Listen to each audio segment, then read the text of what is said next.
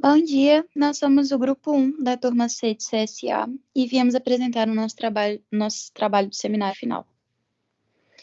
Nós somos o Felipe Miranda, a Fernanda Leal, o Leonardo Brito, a Marcela Musi, a Roberta Figueiredo e a Sabrina Ferreira. Meu nome é Fernanda e eu vim apresentar a temática para vocês do nosso seminário. O histórico de conceito de saúde é muito amplo. Os conceitos de saúde e doença refletem a conjuntura social, econômica, política e cultural. Dessa forma, esses termos são representados diferentemente para cada pessoa, dependendo de sua época, do lugar, da classe social e de seus valores individuais, podendo ter abordagem científica, religiosa e filosófica. De acordo com isso, as concepções acerca de saúde e doença foram divididas em 4 principais: mágico-religioso, grego-hipocrático, biomédico ou mecanicista e conceito ampliado de saúde ou determinação social de saúde. Esse foi o tema que mais chamou a nossa atenção durante a disciplina e a gente veio apresentar ele no nosso seminário final. Olá, pessoal. Eu sou o Felipe Miranda e eu vou falar um pouco sobre o conceito mágico religioso. A medicina, como conhecemos hoje, teve seu desenvolvimento inicial durante o período do Renascimento. Esse movimento, ocorrido na Europa entre os séculos XV e XVI, buscou a luz da ciência e da razão para elucidar paradigmas em todos os campos da sociedade, incluindo o da saúde. Entretanto, antes do surgimento dessa corrente, houveram tentativas de explicar a razão pela qual o indivíduo ficava doente ou até mesmo morria. Dessa necessidade de compreensão do fenômeno saúde e doença e da ausência de técnicas e conhecimento científico, surgiu a concepção de saúde como algo mágico-religioso ou xamanístico. O conceito mágico-religioso ou xamanístico teve origem e predominou durante a Antiguidade, apesar de estar presente em alguns povos e culturas como os indígenas. Nessa noção, as pessoas eram acometidas por doenças devido a forças sobrenaturais que as estariam punindo por violar alguma lei divina. Paralelo a isso, a saúde seria alcançada quando as divindades se acalmassem e aceitassem fazer as pazes com aquela comunidade ou indivíduo. Fazendo uma conexão com os planos humano e divino, existiam os sacerdotes ou xamãs. Esses médicos espirituais eram quem descobriam o agente causador da doença e utilizavam de chás, rituais e até sacrifícios para tratar o enfermo. Nesse modelo de tratamento, não era sempre que o líder espiritual conseguia curar as doenças que se propunha. Todavia, de acordo com o médico epidemiologista Paulo Sabrosa, há algo de positivo no modelo. Abre aspas, ao menos atende necessidades essenciais de suporte psicológico e de interação comunitária, com um custo capaz de ser absorvido pelas pessoas e pela sociedade. Fecha aspas. Oi, eu sou Sabrina e eu vou falar do conceito de saúde grego hipocrático. Os gregos antigos cultuavam divindades vinculadas à saúde. Asclépios, a medicina, Higiena, a saúde e Panácia, a cura. Higiena era uma das manifestações de Atena, deusa da razão, o que reflete a valorização de práticas higiênicas para se alcançar e conservar a saúde. Já Panácia representa a ideia de que tudo pode ser curado, o que reflete um aspecto mágico religioso. Além disso, a cura não era alcançada apenas por meio de rituais, mas também pelo uso de plantas e de outros métodos naturais. Percebe-se então que os gregos associavam crenças míticas e naturais com práticas legitimadas pela experiência empírica. Esse cenário antecipa a medicina de Hipócrates, conhecido como o pai da medicina, que vincula a saúde aos aspectos racionais da medicina. Hipócrates postulou a experiência dos 4 fluidos ou humores do corpo: bile amarela, bile negra, fleuma e sangue. Nessa concepção, o ser humano é entendido como uma unidade organizada e a doença compreendida como uma desorganização desse estado. O seu trabalho pode ser caracterizado principalmente pela valorização da observação empírica dos pacientes e de seu ambiente. Seu texto, Ares, Águas, Lugares, trata aspectos ambientais relacionados à saúde e à doença. Ele, então, defende um conceito de saúde e enfermidade. A partir dessas ideias, o conceito miasma, mal-ares, que é a emanação a que se atribui a contaminação das doenças infecciosas e epidêmicas, como a malária, comum naquela época na região sul da Europa, devido aos maus ares exalados por lá, começa a ser mais difundido.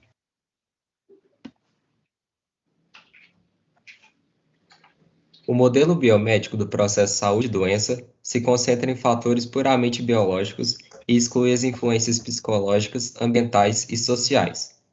Esta é considerada a maneira dominante e moderna para os profissionais de saúde diagnosticarem e tratarem uma condição na maioria dos países ocidentais. A maioria dos profissionais de saúde não pede por primeira vez uma história psicológica ou social de um paciente. Em vez disso, eles tendem a analisar e procurar falhas biofísicas ou genéticas. O foco é em testes laboratoriais objetivos, em vez de sentimentos subjetivos ou história do paciente. De acordo com este modelo, a boa saúde é a ausência de dor, de doença ou defeito. Ou, nas palavras do fisiologista francês François Xavier, a saúde é o silêncio dos órgãos. O modelo se concentra em processos físicos que afetam a saúde, como a bioquímica, a fisiologia e a patologia de uma condição.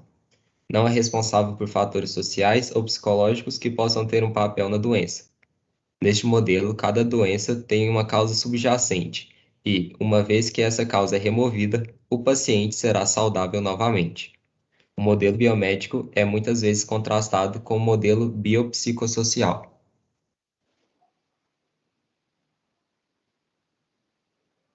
Bom dia, eu sou a Marcela e eu vou falar do conceito ampliado de saúde. Em seu sentido mais abrangente, a saúde é resultante das condições de alimentação, habitação, educação, renda, meio ambiente, trabalho, transporte, emprego, lazer, liberdade, acesso e posse da terra e acesso a serviços de saúde. Ou seja, a saúde, além de estar relacionada ao processo saúde-doença, também está intimamente ligada à realidade psicossocial e econômica do indivíduo. O conceito de determinação social da saúde surgiu na década de 70, após os primeiros estudos de epidemiologia social.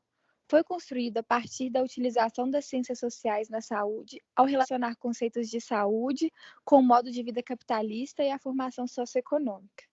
É um referencial teórico que não coloca em foco dados epidemiológicos individuais, mas sim a coletividade e o caráter social e histórico no processo de saúde e doença.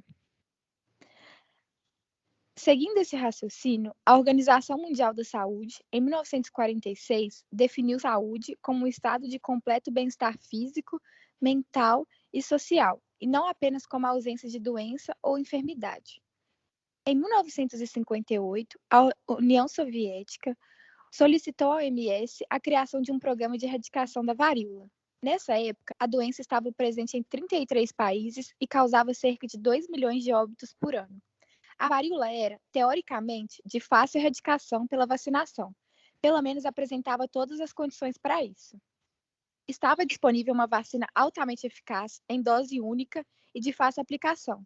A doença apresentava quadro clínico característico, facilmente identificado por pessoas treinadas, que permitia seu diagnóstico precoce e instituição rápida de medidas de controle. No entanto, a avaliação inicial da OMS mostrou que 95% dos casos eram subnotificados e que eram necessárias cerca de 250 milhões de doses de vacina por ano para a erradicação da varíola. Dois grandes desafios operacionais. Assim, o programa de erradicação da varíola tornou nítida a relação entre aspectos sociais e o processo saúde-doença e epidemiológico, já que em 1959, quando a Organização Mundial da Saúde lançou a campanha mundial para a erradicação da varíola, a transmissão da doença já estava extinta na Europa e na América do Norte, mas era endêmica em países ainda em desenvolvimento. A partir de 1965, o programa aqui no Brasil foi reorganizado, baseando-se em campanhas de imunização em massa, vigilância e contenção de casos, com isolamento de doentes e vacinação de bloqueio. A OMS investiu na produção de imunizantes em países endêmicos, estabeleceu normas para o controle de qualidade de vacinas e difundiu as técnicas de produção, fazendo com que a doença fosse considerada erradicada em 1980. A Conferência Internacional sobre os Cuidados Primários da Saúde define o que são os cuidados primários na sua Carta ATA. Para eles, essa conferência teve como objetivo a ação internacional e nacional urgente e eficaz para os cuidados primários de saúde, para que sejam desenvolvidos e aplicados em todo o mundo, particularmente nos países em desenvolvimento, num espírito de cooperação técnica e em consonância com a nova ordem econômica internacional, convocando todos os que trabalham no campo da saúde e toda a comunidade mundial a apoiar um compromisso nacional e internacional para cuidados primários de saúde, para canalizar o maior volume de apoio técnico e financeiro, particularmente para os países em desenvolvimento. E essa conferência também definiu o que eram os cuidados primários da saúde. Para eles, os cuidados primários da saúde refletem, a partir deles, evoluem condições econômicas, características socioculturais e políticas do país e de suas comunidades, e baseiam as aplicações dos resultados relevantes da pesquisa social, biomédica e de serviços de saúde e da experiência em saúde pública.